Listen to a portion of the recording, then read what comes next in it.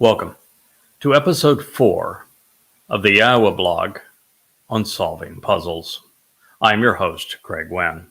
I'm going to retreat just a bit from where we ended our last program, part 3 on solving puzzles, where we entered the realm of Yahowah, my favorite prophet. We were addressing Yahowah 25:9 and then on through the 26th chapter. And the reason we're going to retreat here so that we have a better appreciation of where we're going in context, and because what Yahweh revealed through Yahowah was so startling to Israelites, to Jews, that it needs to be reinforced. Throughout the Torah, one of the things that Yahweh makes very clear is do not emulate the ways of the Goyim. And the reason for that is the Goyim were religious, they were political, they intertwined their religion and their politics. And Yahweh doesn't want his people engaged in either of these things. In fact, the only way to be part of his covenant, family, is to disavow religion and politics. You have to become anti-religious and apolitical to even begin the process of coming to know and to be engaged in a relationship with Yahweh. So when Yahweh says, open the doors to a goy, let him in because he's right. He's trustworthy. This is so shocking to the Jewish mindset that there could be a righteous goy who's figured out something profoundly important about them and their fractured relationship with Yahweh, that God told them 2,700 years ago that it was time for them to let him in and to listen. Now, I recognize I am not telling those of you who are listening to this live stream anything you don't already know. You have already opened the doors to your home. You have already done Yahweh the great favor of listening to what he has to say through his Bashar Herald.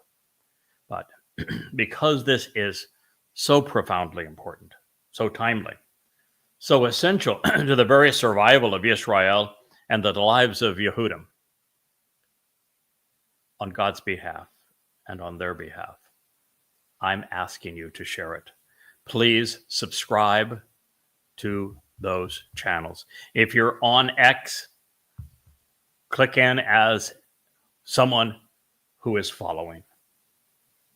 If you're on Facebook, sign up as a friend. If you are on YouTube, subscribe. And go beyond that. You know, you may not like my diction. You may not like my colorful shirts. You may not like my style. But since what I have to say is what Yahweh wants you to know, do us all the kindness, and those who will have the opportunity to listen, if you do so, to click that like button and then share this with everyone you know.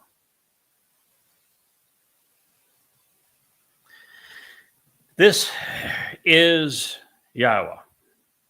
Yahweh, pronounced as we have been taught to pronounce God's name through his Torah instructions regarding his high existence and the shalom, reconciliation he has provided, whom we have anticipated. We are rejoicing and glad in his liberation and his deliverance.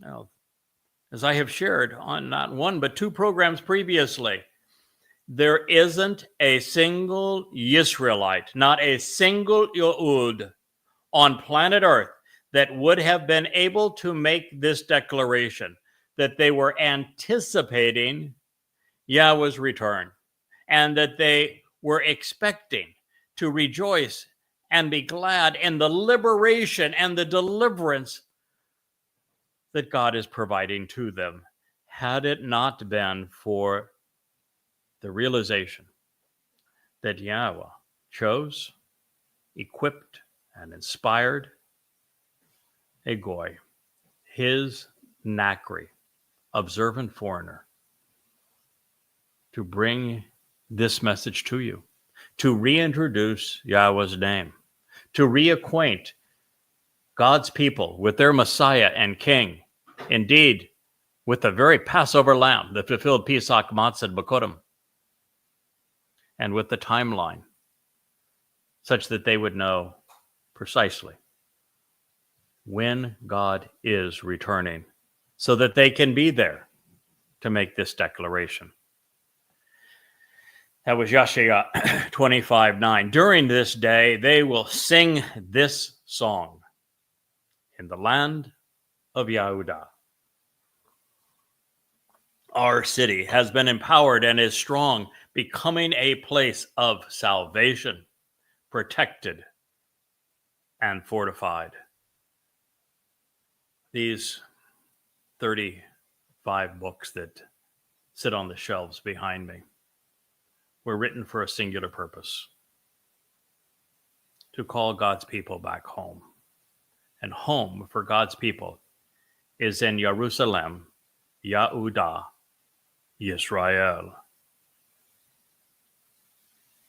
This is the place where Yahweh's voice will be heard the loudest, where he will be seen the clearest, and where he will protect and save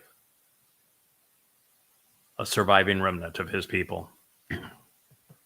For this to be possible, the prophet then goes on to say, open your gates and your doors so that the correct and righteous, the right thinking, valid and vindicating goy,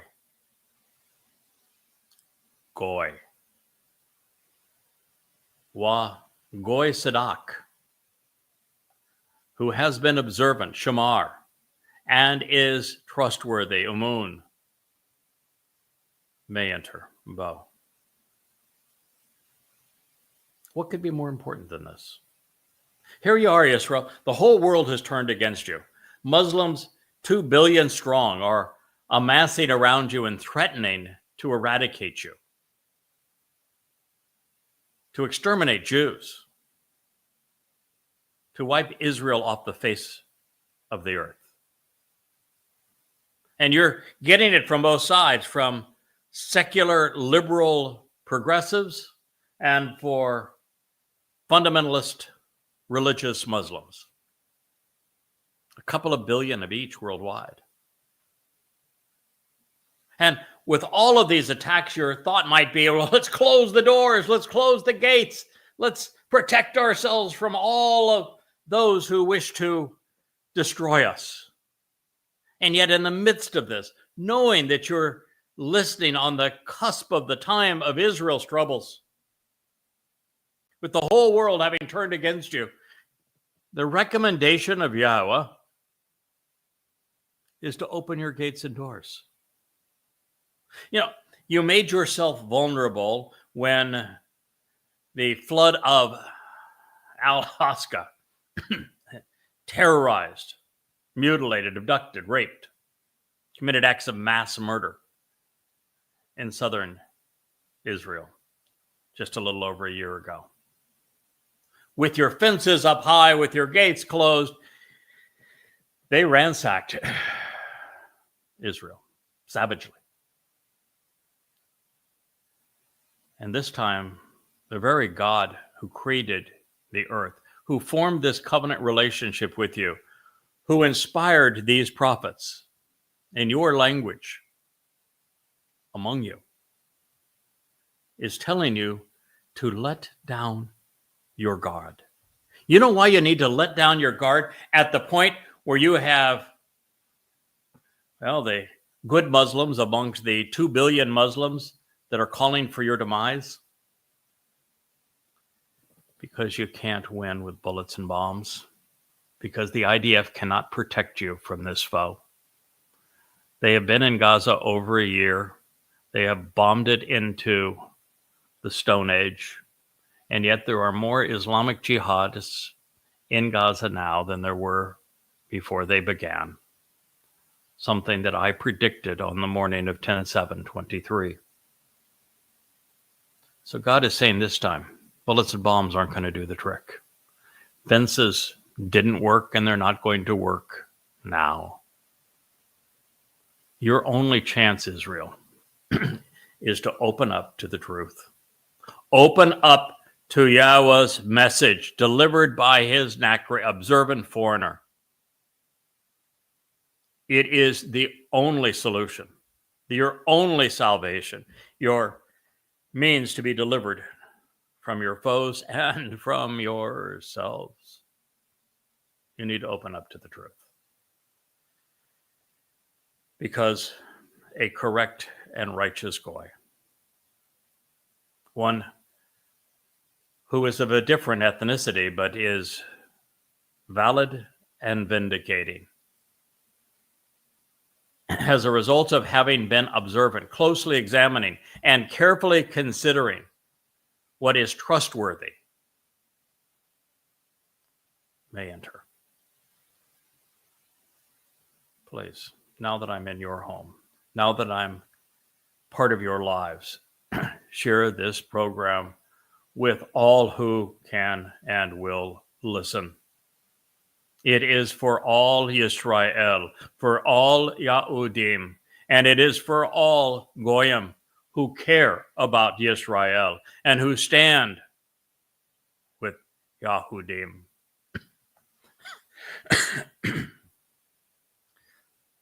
Thoughtful, inspired, and motivated. Inclined to reason, steadfast, hardworking, and purposeful.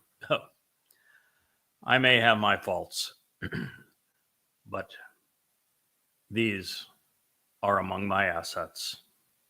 I have been thoughtful about the diligent work I have done of being observant so that I could be trustful these 23 years during every waking hour, so that Yahweh could say these things about me and what I'm doing for you 2,700 years in advance of it coming to fruition. Upheld, supported, and steadfast. Well, perhaps that's the reason. I would have one time have thought that would have been the only reason. That someone like myself could have studied Yahweh's testimony from the oldest extant sources, translated it in an amplified fashion, and then explained it, deriving thousands of previously unheralded insights from it, and share them with you, such that the entire puzzle, the entire picture that Yahweh has painted for us, comes together and is a cohesive whole, so that you can understand for the first time in 3,000 years who Yahweh really is, what he is offering through the covenant, the bereth, and the invitations to be the mikra, so that you can be part of his eternal family, so that you can either be harvested on Shabuah and Towrah and become magnificent children, enriched and empowered by our God, the very heirs to the covenant, or at the very least among this mortal remnant who is prepared for Yahweh's return 10 days later on Towrah in 2033. Yahweh is going to take no chances in this particular case. And he explained earlier in this same prophetic tome on the 11th chapter of Yeshaya Isaiah, specifically how he would uphold, support, and make steadfast, sustain, empower, and indeed make unshakable his choder, this sucker growing up from the abandoned trunk and the rootstock of Yisrael.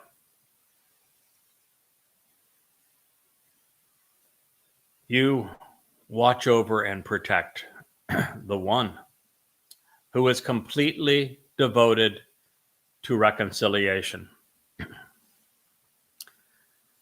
You see, the day that I am most focused on, because Yahweh is most focused upon, is Yom Kippurim. It means the day of reconciliation. Yes, I have been asked as a Zeroah to cultivate the seeds for a productive Shabuah harvest, and even a gleaning of Israelites on Towrah, and asked to sacrifice my Bashar body on the Shabat of September 24th, 2033, 10 days before your Messiah's return with your God, so that you are cleansed and prepared to meet them. But all of this is really for a singular purpose. It is my job to make certain that there is a homecoming, that there is a family reunion, that Dode can reconcile the relationship with this remnant of Yisrael on behalf of Yahweh by anointing the mercy seat of the Ark of the Covenant as prescribed in the Torah on the day of reconciliations in 6,000 Yah, 6:22 p.m. as the sun sets in Jerusalem, October 2nd, 2033. If I were to fail in this regard, the earth would be destroyed. Yahweh and Dode would not return. It would be the end of this experiment in life. Fortunately, I was not left to my own devices, and Yahweh made certain with his 7 spirits that I would be able to invest the time as an observant foreigner to understand his message as never before. And that while there are these 35 books that sit on the shelf behind me, I have become the living embodiment of everything I have learned. And now I am able to look you in the eye and share all of this with you so that you and I together can make certain that Yahweh's homecoming and the family reunion with Dode David is a cause for great celebration, just as this prophecy portends. And while Yahweh has announced in advance in this very prophetic testimony, in this very revelation, just a few verses earlier, that there will be a remnant of Yisrael that will be anticipating Yahweh's return, that will be acknowledging his name, that will be joyful at this event. And therefore, Yahweh has seen our future, and indeed, working collaboratively, we prevail. But the reason we prevail is not because God foresaw it, but because we're doing it. We're doing what is required for that to occur.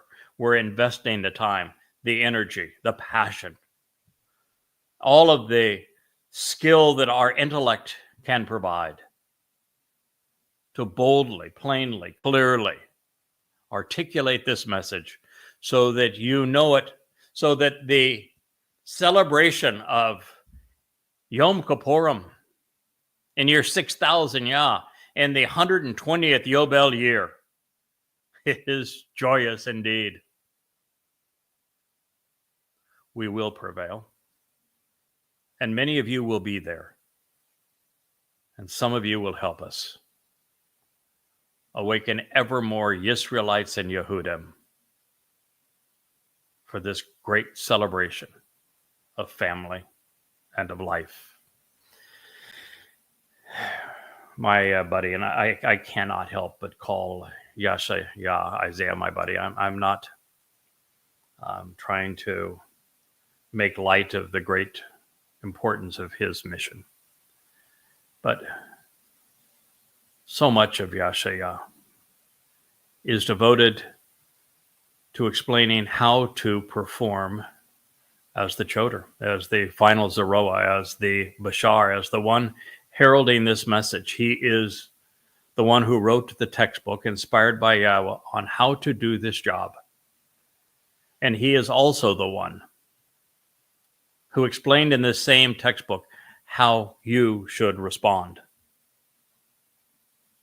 And he's the one who I think did the best job of explaining why Yahweh hates religion. Judaism, Christianity, Islam, progressive politics, it does not matter. He despises them all. And this is his solution. Indeed, therefore, he is with you, always and forever, trusting and relying upon Yahweh's eternal witness and restoring testimony. I don't speak to you about myself. I don't speak to you about my agenda. I don't have an agenda. I am irrelevant apart from Yahweh. Even my sacrifices, the red heifer, is irrelevant apart from what Yahweh does with it. My testimony is restoring, and it is eternal. And my relationship with Yahweh is forever, because I will always trust and rely upon my God and what he revealed. It really is that simple. If you want to be right about God. If you want to be trustworthy, share what God conveyed. If you want to live forever, such that God says you are not only devoted to reconciliation and that I am watching over you and I will always be with you, I will trust you, I'm going to even rely on you to do this mission, then you ought to do the same thing. Closely examine, carefully consider the restoring testimony and the eternal witness of Yahweh as presented in his Torah, Nabi, wa Mizmor. Yashaya 26:3 and 4.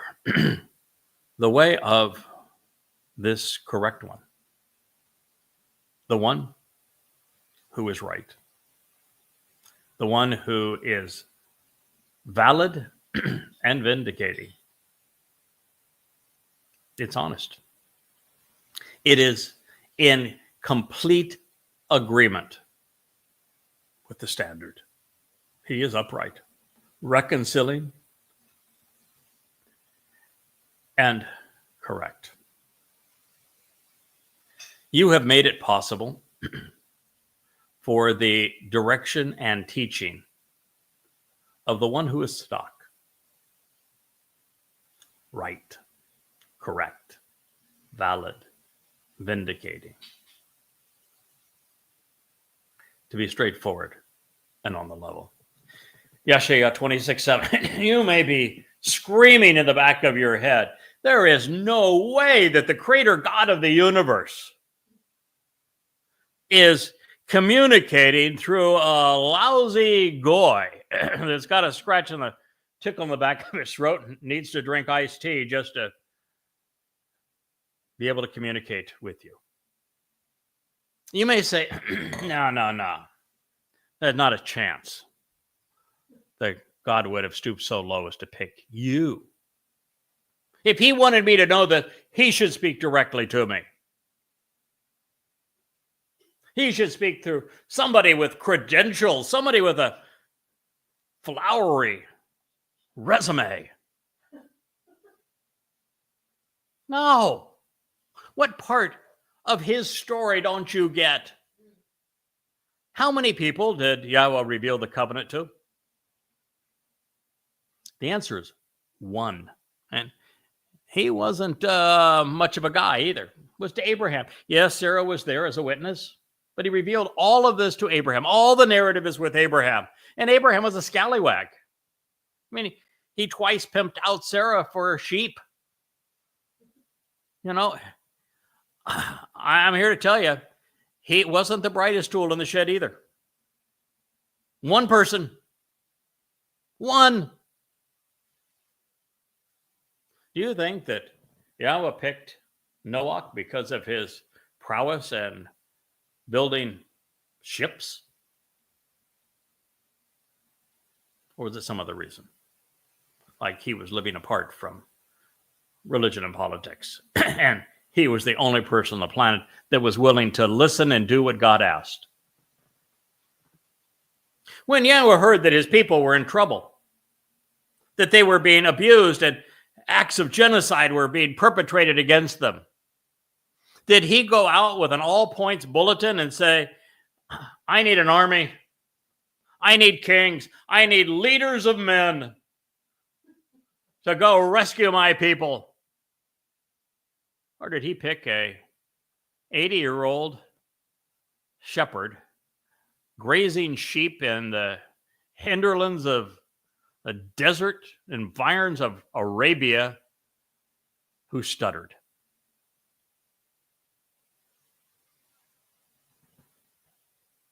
And when I ask you, how many people did Yahweh choose to work with to liberate his children from the crucibles of religious and political oppression?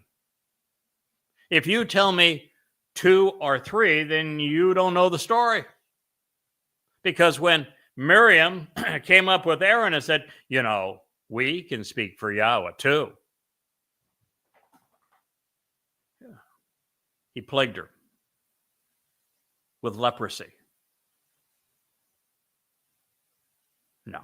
One. So Yahweh picked. When Yahweh decided that he needed to have an exemplar of the covenant, to have someone who would be compassionate and courageous enough to lay down his life as the Passover lamb, to save his people from themselves, to unite and to defend all of Israel, did he with a big booming voice say, sign-ups, aisle number 7, please. All those interested, kings only, military men only, men with a big booming voice only need to apply? Or did he pick an 8-year-old boy who was pretty good throwing rocks and tending sheep? What did Israel do when Yahweh said, I'm going to come down from this mountain and I'm going to gather speak to all of Israel, Moshe, so they will know that I have chosen to reveal my teaching and guidance through you, one man. They told him to shut up and go away. So this is what you got, Israel. That was really clear. For the better part of 2,500 years, he spoke through the prophets, including this one, Yashayah. And what he said is that he could find no one among his people who was willing to listen to him or go where his words lead. So that's why he ended up with me. I was willing. You were not. But guess what? What he wanted me to do was nonetheless for you. I'm not talking into this camera, facing all these lights for my benefit. Do you have any idea how becoming vulnerable this way is in terms of criticism that one causes as a result, rebellions? I mean, I'm doing this for you. Yahweh is doing this for you. You spit in his face. You erased his name. You denied his son. You've done everything you could possibly do to deny his message. And you would have ended up causing all life to be extinguished and this planet to be obliterated because not a soul would have been there for the family reunion or homecoming, you wouldn't even know it exists because, well, on your Yom Kippur, you're too busy twirling chickens over your head. And on Towrah, you don't even know the date. You've exchanged that for Rosh Hashanah, the Babylonian New Year. You're clueless. And you would have remained clueless. That's the whole reason for this prophecy. The reason that I have such respect for Yahshua is because he was willing to tell you so, and under no uncertain terms. This is the voice of the one who is right, straightforward, and on the level, whose teaching and direction will have made all of this possible for you, if you will listen. Go where Yahweh's words lead, and then share them. And so as a result, Yahweh, we confidently wait, anticipating these benefits by way of your mishvat, by way of exercising good judgment regarding the way that you have provided to resolve our disputes. And the resolution of your name, of your Torah, and for the pleasure and satisfaction it brings to our souls, such that this is what we desire. 26:8 of Yahshua. Are you ready to say those words? Are you now in a position to confidently wait, anticipating the benefits? The benefits of what? Do you even know where the benefits are derived? Now, if you're listening to this program because you've read all of the 35 books behind me, because you've been part of the covenant family for years, then you know. But if you haven't been, let me explain. There are 5 conditions and 5 benefits of the covenant. Those 5 benefits are all provided in the first 3 Moed Mikre that Dod fulfilled with Yahowah. Passover opens the doorway to life eternal. Matzah expunges our souls of the fungus of religion and politics, because Dod David carried our guilt with him into Sheol, where he deposited it, never to be seen again, which means that on Bikurim, firstborn children, father and son were reunited, signing our adoption papers so that we could be enriched and empowered, inheriting all that Yahweh has to give. These are the benefits of the covenant. These are the results of the first 3 Mikre. The mishvat is simply coming to understand and appreciate the means to make a good decision, exercising good judgment regarding all that Yahweh is offering and has provided for our benefit. And the first step in this regard is the resolution that Yahweh's name is Yahweh. It is not Hashem. It is not Adonai. It is not Lord. It is not G-D. Yahweh wrote his name in the first statement on the first tablet. And he said, I am Yahweh. You will not exist without me. I am the one who liberated you from the crucibles of oppression and slavery. Do you think that Yahweh knows how to spell his name? Reasonable question. When Yahweh told Moshe to tell the children of Israel that his name was Yahweh, and that's the name that he wished to be remembered for all time and all places, do you think that Moshe was able to pronounce it? Do you think that Yahweh's name, which is comprised of 4 vowels and 3 of the 22 letters found in the Hebrew alphabet that comprise the vocalization of every word in the language, are somehow special, that When they're used in Torah, they can be pronounced. When they're used in Haya, the verb that Yahweh used to define his name, when used in Shalom, the result of Yahweh's name, they're pronounceable, but when they're in form in Yahweh's name, they're suddenly not.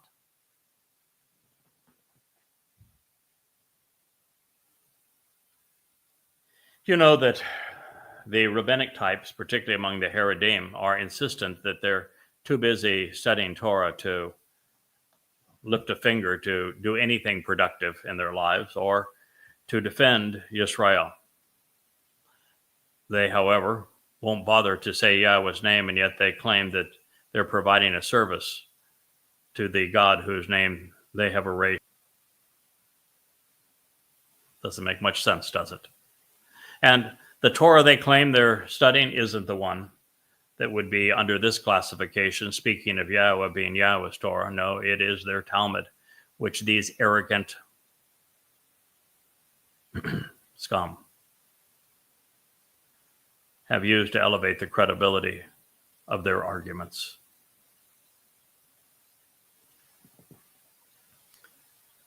If you won't do it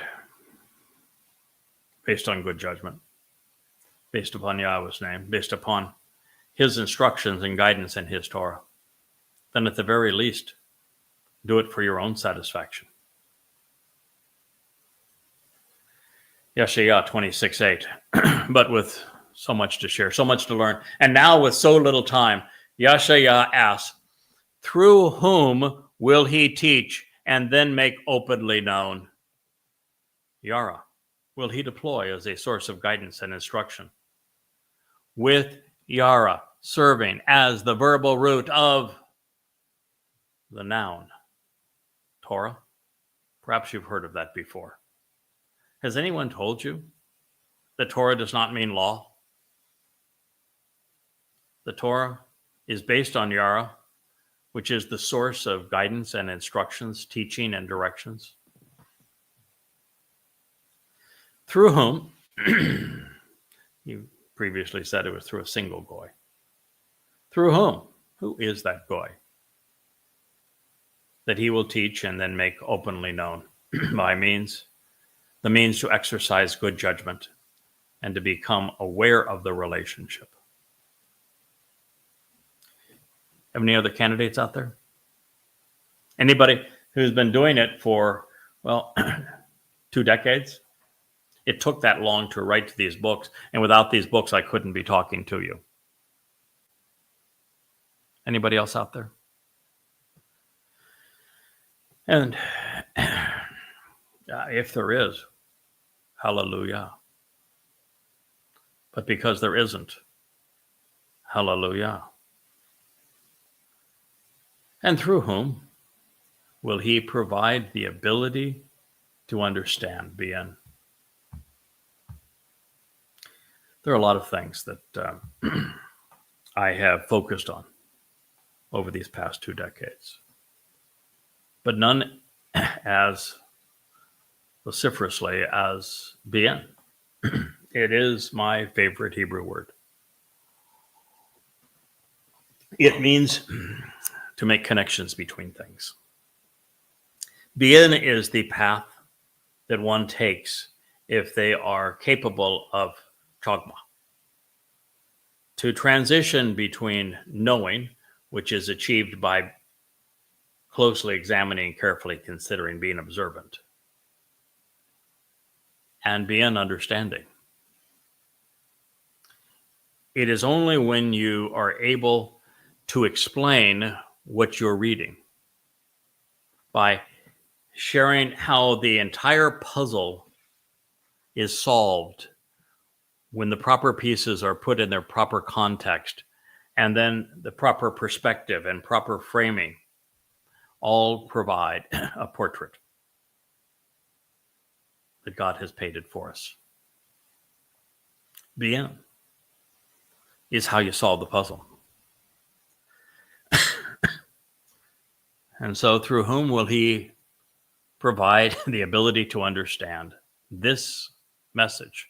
That which has been revealed, that which has been communicated Yahweh did not need another prophet. He had already told us there would be no more prophets.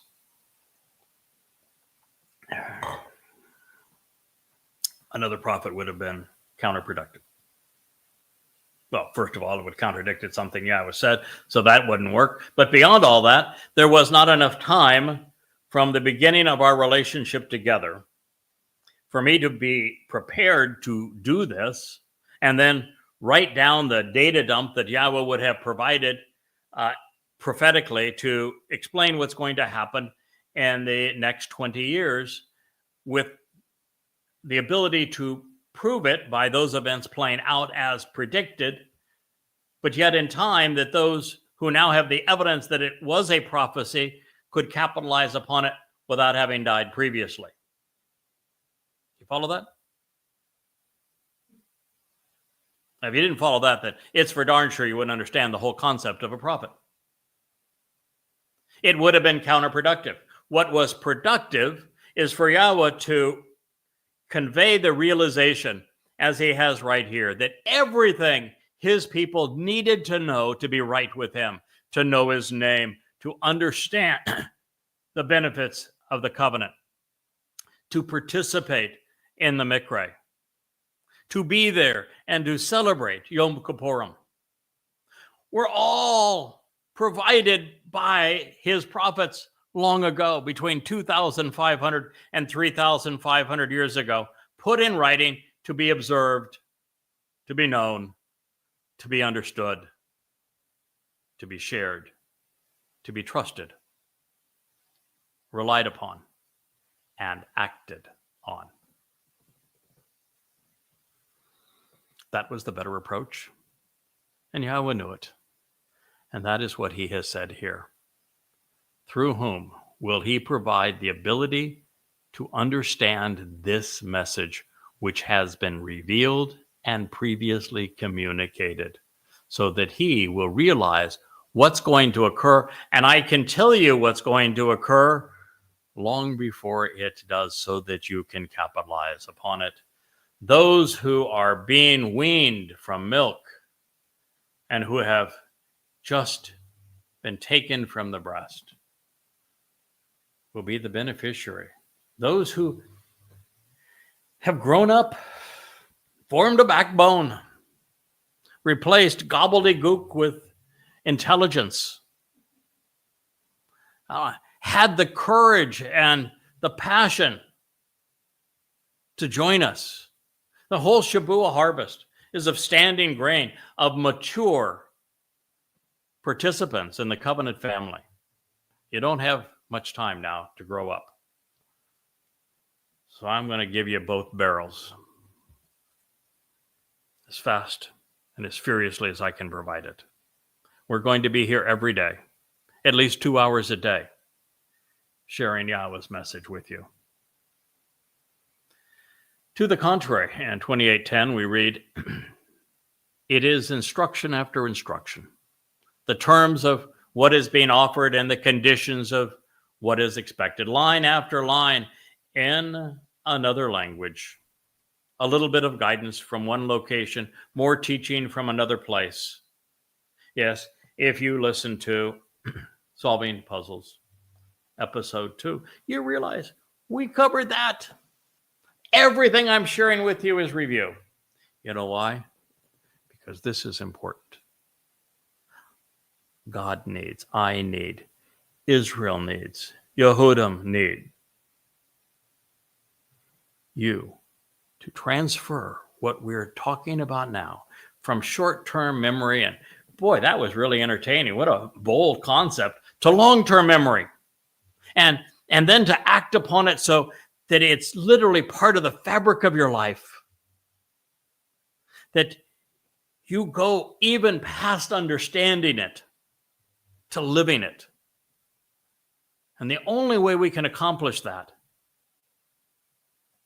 is to get it past short-term memory, to get it embedded in your long-term memory, and then to motivate you to act upon it because you understand it, you trust it. Yes. For the first time ever, Yahweh has foretold that he would come to you speaking through someone in a language other than Hebrew. Turns out to be the lingua franca of the world at the time of his return. Turns out to be the language spoken by more Yehudim, Jews, and Israelites than any other on earth.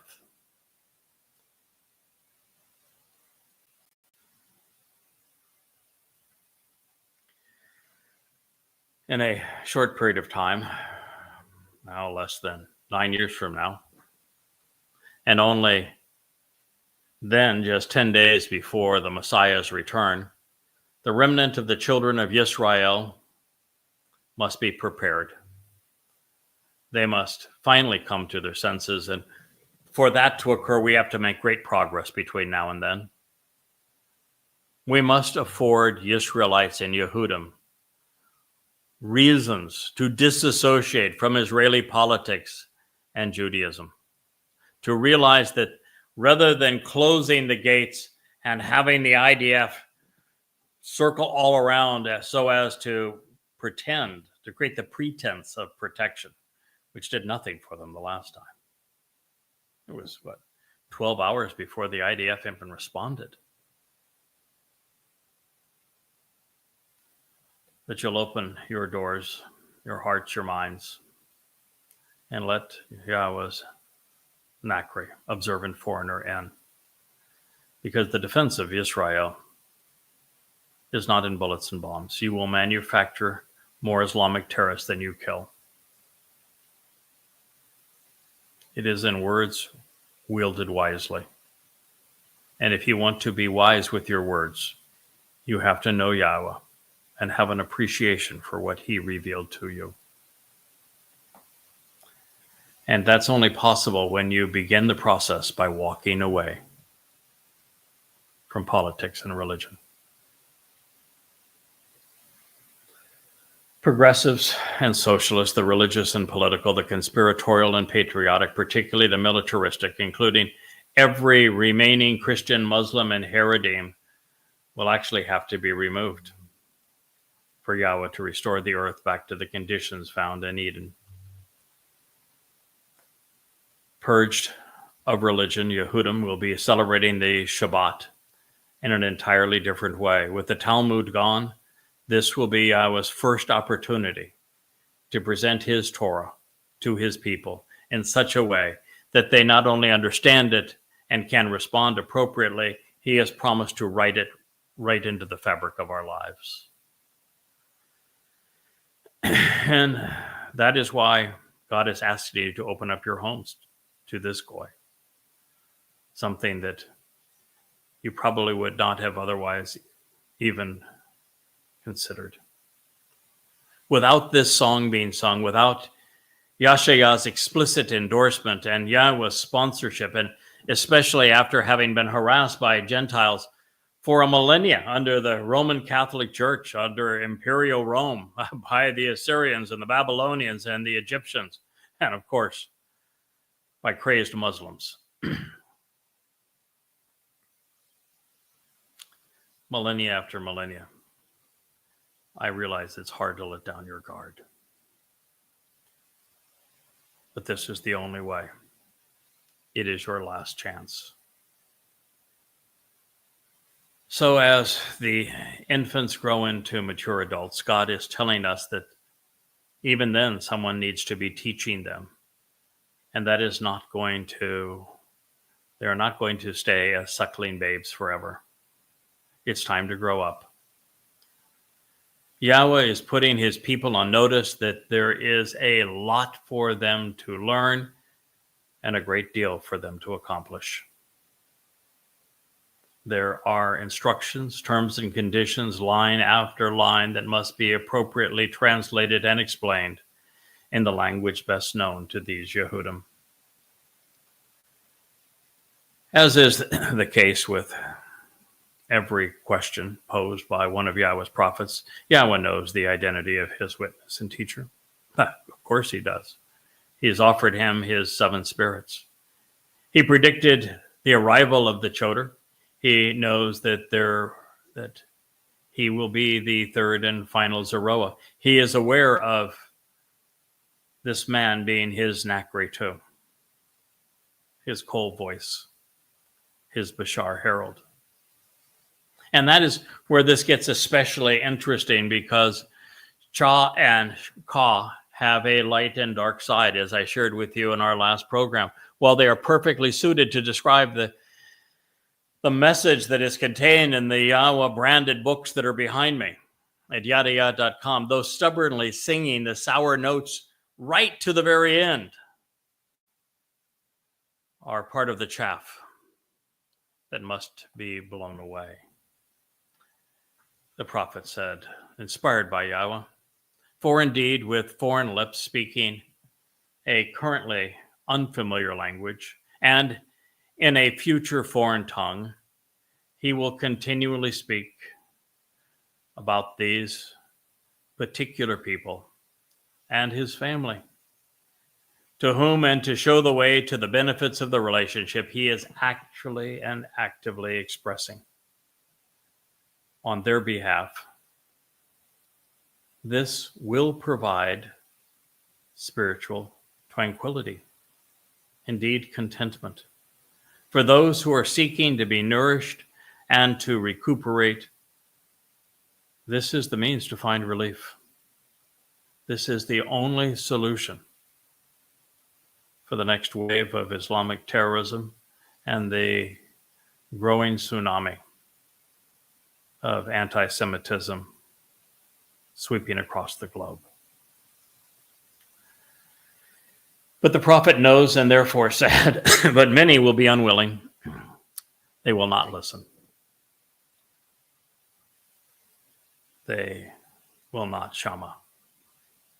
Therefore, the word of Yahowah will be for them as blah, blah, blah, worthless filth and futility, just a bunch of commandments, a drumbeat of endless rules, nothing but one line after another of meaningless gibberish, a little from one place, a little more from another place. As a result, they will walk accordingly, and they will stumble and fall, and in the end upon their asses, and they will be scrutinized and broken and snarled. Boy, having spent the morning dealing with the experience of spitting into the wind on X, I can tell you that is our reality. I am, so grateful for this program, live streams also on Facebook, where we've actually built a community where we can engage with one another in a very positive, uplifting, and civil way. I'm so grateful for what Zuckerberg has turned Facebook into now that he has fired the thought police. What a tremendous gift this Jewish man has provided for his people. And so while there is lots of blah, blah, blah, worthless filth and futility, lots of people making edicts, one line after another of gibberish, there is still a candle flickering in the wind, in fact, 7 of them represented by that menorah over my shoulder. And collectively, we will be like a beacon of light. Yahowah in the 89th Mizmor and in the 4th day of creation speaks specifically of the relationship of the greater luminary to the lesser luminary, and also of the relationship of the sun to the moon in Dode Song. We recognize that we're in a time of utter darkness, and where the reflected light of the sun on the moon's surface is that secondary and lesser luminary. And it is a very, very bright light for our time. So there is the opportunity to see the truth, to know the truth, to be awakened and enlightened so that you can capitalize on the restoring witness of our God.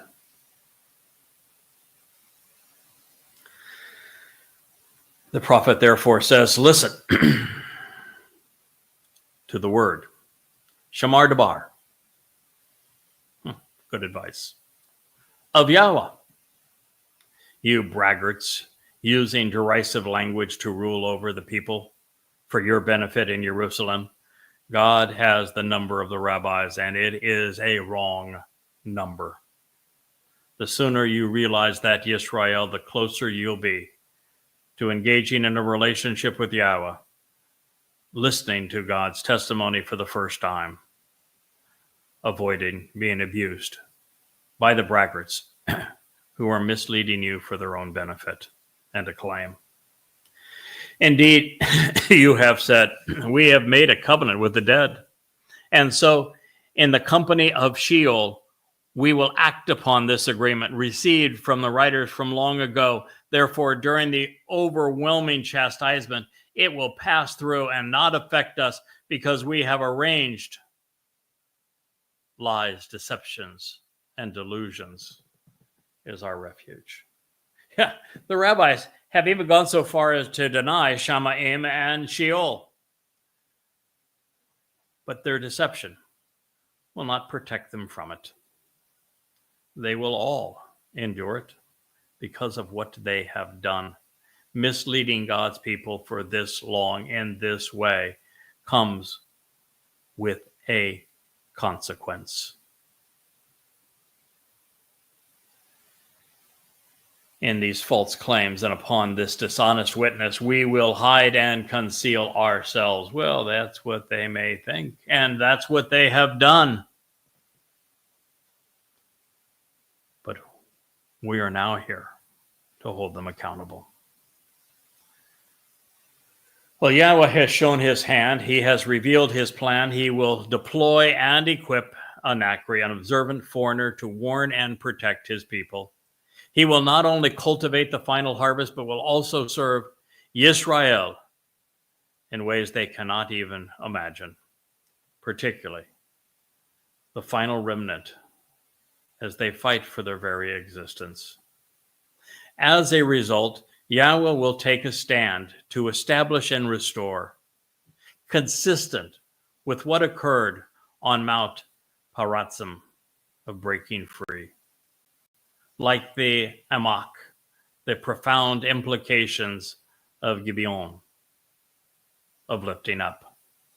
He will be provoked to anger, sufficiently enraged to engage and to do what needs to be done to accomplish what working with this non-Yisraelite will achieve.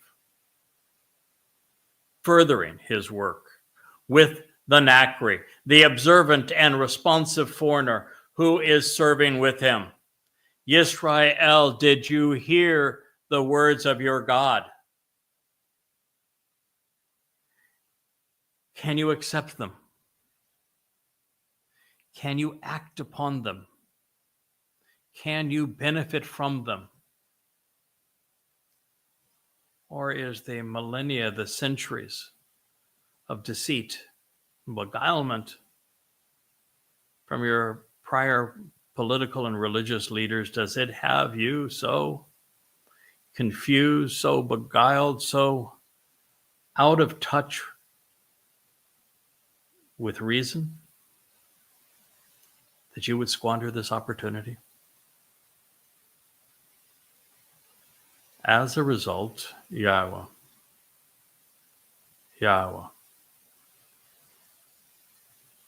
will take a stand to reestablish and restore, consistent with what occurred on Mount Peratzim of breaking free, which is where Yahweh helped Dod defeat the Philistines. Like the Amak, profound implications of Gibeon lifting up.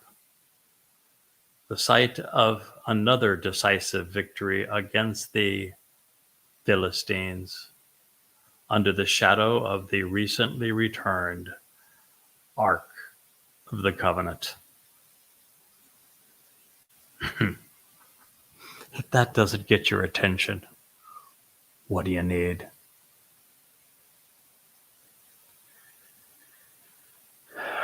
Well, if you don't get it, then you need to know, with all God has done for you, with all he has revealed, he's going to be provoked to anger. And right now, he is sufficiently enraged that he was willing to engage a goy, if for no other purpose than to slap his people across the cheek and say, wake up, I should have been doing this with you, but not one of you was even willing to listen to me. You haven't changed one iota since 3,450 years ago when you told me to shut up and go away. You're still back there in the embittered waters of Meribah, wallowing in your own muck and filth.